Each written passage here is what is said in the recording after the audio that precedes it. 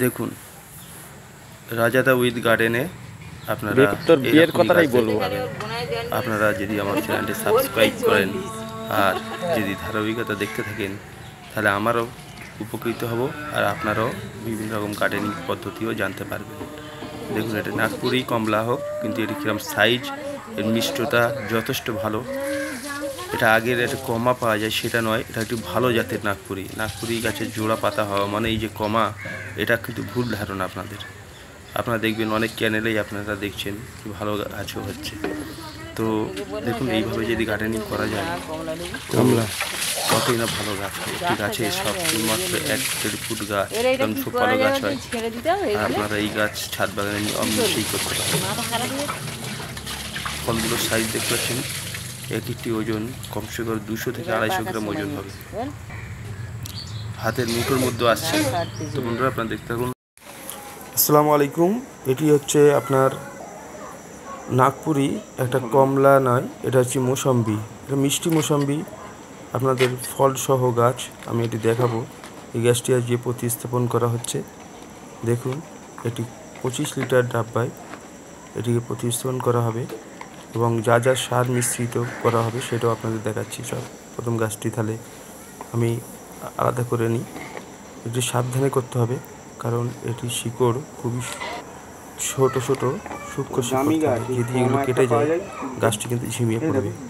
একটু সাবধানে করলেই গাছটি ভালো হবে। তো এই দেখুন খোলা হয়ে গেল। এবার আমি বালতিতে এটি খোলাম, কুচি সার দিত মাটি, আস্তে আস্তে একটু বালি এরম মিশ্রিত একটু দিতে হবে।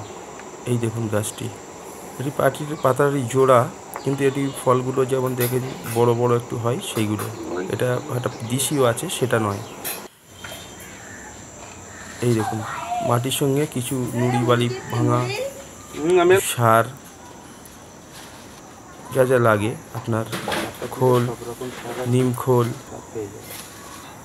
গোবর সার সমস্ত দিয়ে, আর একটু ইট ভাঙা দেখুন দেখা যাচ্ছে, এগুলো দিতে হবে। এগুলি যদি আপনি না দেন মাটিতে জমে যাবে আর গাছ আর শিকড় ছাড়তে পারবে না। এটা বুঝে আপনারা করবেন।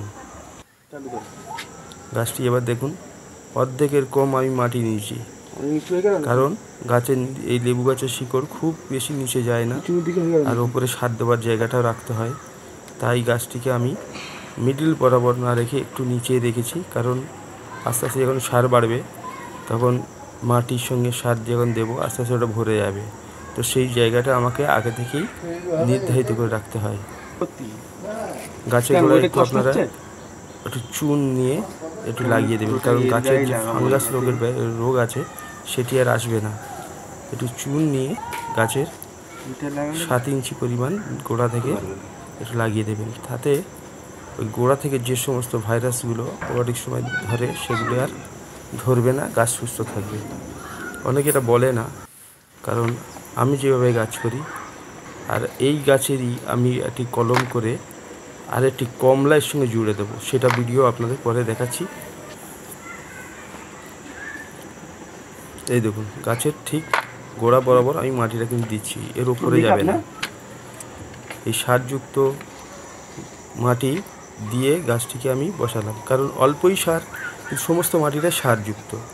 এইভাবে যদি করেন, আর গাছের গোড়া একটু ওই মাটির সঙ্গে একটু চুন, হালকা চুন 5 গ্রাম 10 গ্রাম চুন মিশিয়ে দিলে গাছটি আরও ভালো থাকে, কারণ পরবর্তী যে শিকড়, সেই শিকড়ে এই মাটিটা একটি অ্যাসিডিক হওয়া চাই।